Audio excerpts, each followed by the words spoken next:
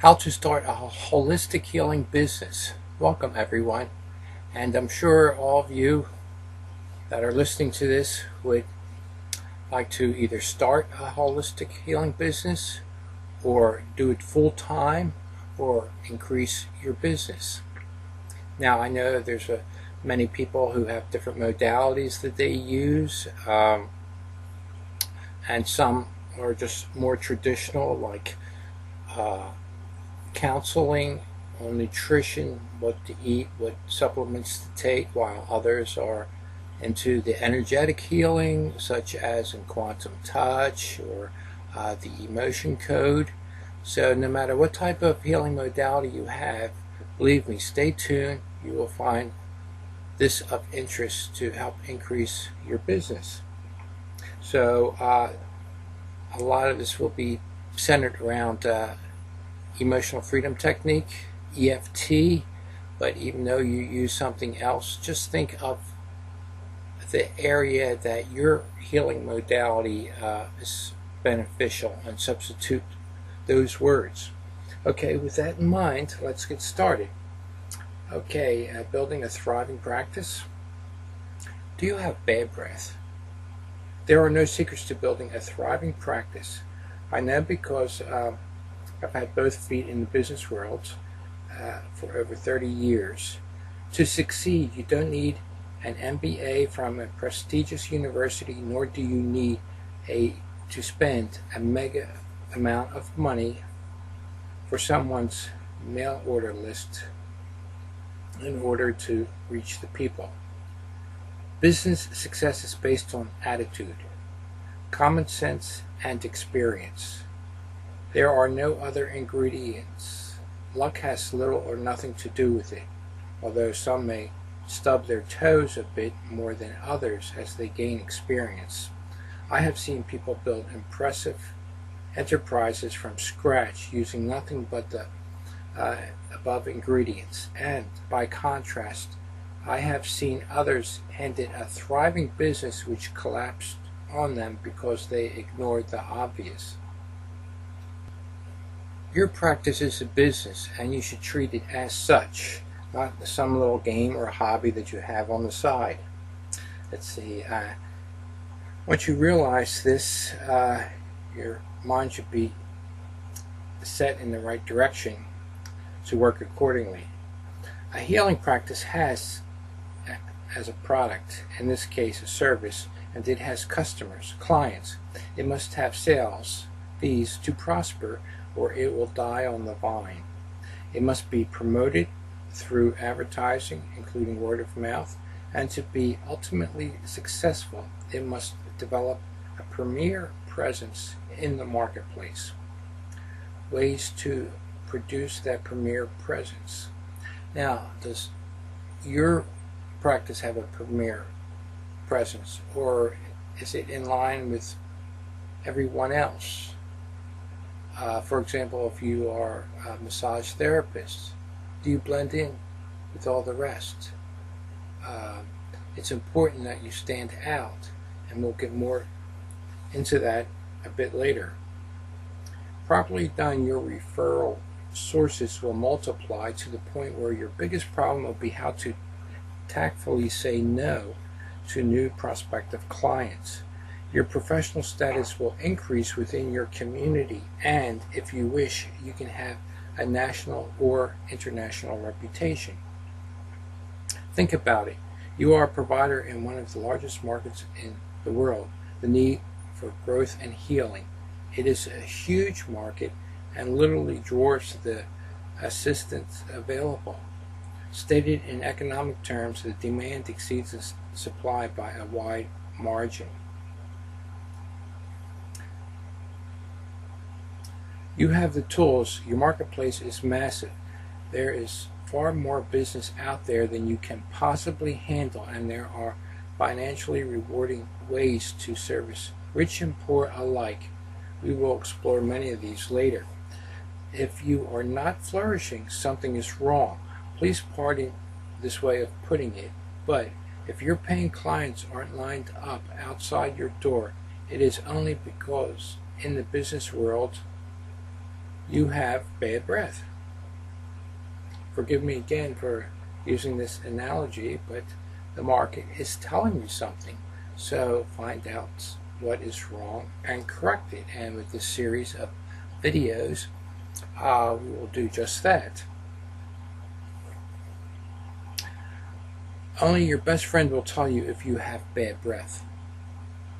If your business is below your expectations and if referrals are less than you would like, then there is something wrong with how you are promoting or presenting yourself. In the business sense, you have had bad breath and are being told that in obvious terms by the marketplace. We may not want to hear this. We may even want to blame others for not referring clients to us or for being ungrateful for all our good work. We can also blame managed care or our state regulatory environments, if we wish. There is no end to the excuses and aggravations we can create for ourselves to avoid dealing with the only person responsible for your success, and that is yourself. However, when you do this, you wake up in the resonance of stagnation city. The marketplace is our best friend, and when things aren't going as well as we would like, it drives a truck through our living rooms with a big sign on the side that says, "Change your ways. What you are doing isn't working." So why would I choose you? Some of your clients or potential clients might be asking you. I just looked under psychotherapy in the San Francisco Yellow Pages. Interesting. I asked myself, who in these yellow pages could help me? If I had the number one fear in America, the fear of public speaking, as it turns out, not one therapist in all of San Francisco advertises in the yellow pages that they can help this very prevalent fear. In fact, very few specialize in anything at all. The vast majority of these ads are very general in nature and sound a lot like this example. Early abuse issues, addictions, traumas, relationships, conflicts, divorce, anxiety, depression, phobias. One might think that the above represents a list of specializations. However, the list is too long to be convincing. To me, whose problem is the fear of public speaking, these ads say, we take a shot at everything but specialize in nothing. Is this what you do in your advertising? Now, most people are advertising on the internet. Are you? You should be. Of course, I use the Yellow Page example as something that was done years ago, probably with the advent of the internet. There are fewer people who are going to telephone books, if telephone books exist at all in some areas, and therefore the Yellow Pages, which is the business section in America in the telephone books, probably don't exist either. However, when you advertise, whether it be on your own website, somebody else's website, or Google AdSense, is your advertisement very general? If you're not advertising at all, well, of course, that's even worse. So you've got to advertise. Of course, we will also explore ways of how to advertise for little or no money. I'm sure this would be of interest to you. So the point I like to make is you've got to stand out from the crowd. And if everyone is very general in their description of their business, it makes it easier for you to stand out. So what is your healing modality? What does it specialize in? Is it something that would take care of a physical problem, a disease, or simply aligning bones, or aches and pains, or some emotion? Stop this video, think about it, write it down, and think of what you could specialize in, that you could make a call out in your advertisement. And I will from time to time ask you to stop this video and to do these little exercises, because just by listening to it doesn't help. You might even memorize everything, but what good is it if you do not put what you hear into action? That's the key, action. Okay, so let's continue. Okay, since I don't know you, or even the people I do know, keep in mind there are many people listening to this. So therefore, I cannot address your specific needs. So let me just use an example. If you go to a bargain shop, there's certain goods that they have, and that's why you go there. If you go to a hardware store, you buy tools, for example.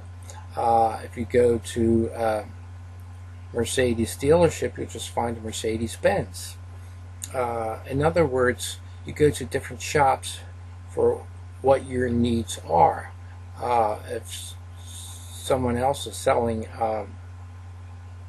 Chevrolet cars, but you're interested in a Mercedes, I don't care how good the salesman is at the Chevrolet dealership, or how good their display is of their automobiles, it's not going to interest you. So keep this in mind when you are advertising your holistic healing,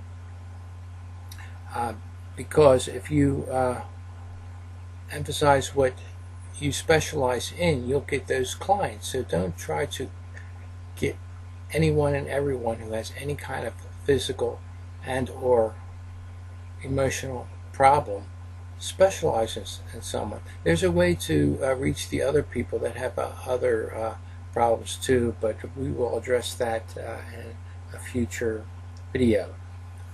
So let's continue. Okay. So this is psychology. Psychology tends to ignore the obvious leaning by our society. It makes a mega marketing mistake by training generalists and then sending them out into a marketplace which has been conditioned to expect specialization. While there are a few specializations within the field of therapy, most practitioners seem to adopt a generalist attitude and think that they will get more business if they cast a wider net. This may be helpful in very small communities, but for medium to large cities, this is something like the medical doctor who thinks he or she will get more business if he or she claims to take care of everything from flu shots to brain surgery. Not so. The pregnant woman will not go to this jack of all trades. She will go to her gynecologist, plain and simple. To me, the only reason why people tend not to go to specialists in the field of psychotherapy is simply because very few specialties exist.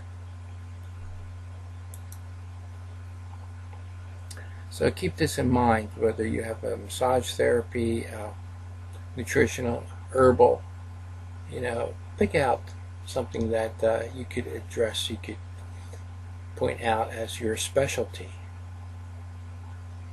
Now you could change specialties in different ads. That's fine. We will get into that later.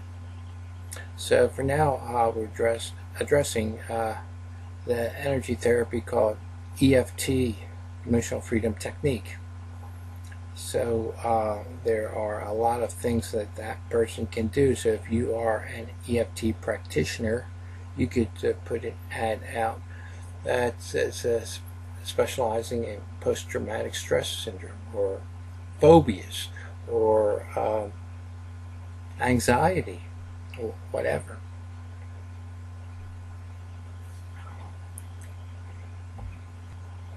Again, putting some specialty in your ad helps you to stand out. And what you can do is you could do split testings. For example, on one newspaper or website, you could say you specialize in phobias. And another one, you could say you specialize in post-traumatic stress. This would still make you a specialist. Very few people would raise eyebrows at this because they would have to look at one website and happen to know what other website you have an ad on, and then compare the two, and even remember what websites they were at, the previous week. So let's see how you would do this split testing. If it was a newspaper, as a trial to see how your ads pull, promote 2 or 3 specialties by running simple ads in some of your local community newspapers, magazines, etc. The inexpensive ones that people can pick up for free. It is best to run different ads in different publications. Your ad might look something like this. John Johnson, MA, specializing in the fear of public speaking. Phone 555-1234. Or you could have John Johnson, MA, effective relief for war memories. Again, the telephone number. Or another one, the name, sports performance specialist, telephone number. It is perfectly ethical to run ads like this so long as you can deliver on your promises. Remember, the key is being able to deliver. Now, if you already have a healing modality you've been working with, you should know if you can deliver or not. So that's the short and to the point. And if you're having a classified ad with just a few words, it's very cheap, even in the old type of advertising such as newspapers. Now, of course, we will talk more in advertising on the internet. So give this a shot. Okay, let's say you want to carry this further. What about helping people with lowering their golf performance? People who play golf, they are serious, and they usually have quite a bit of money, and they will pay good money if you can knock a few points off of their game. So you could advertise and say you specialize in golfers to lower their golf scores. Now, you should know your area. Are there many golf clubs out there? If there are, then get your advertisement in the shops, or at least in the publications that people read.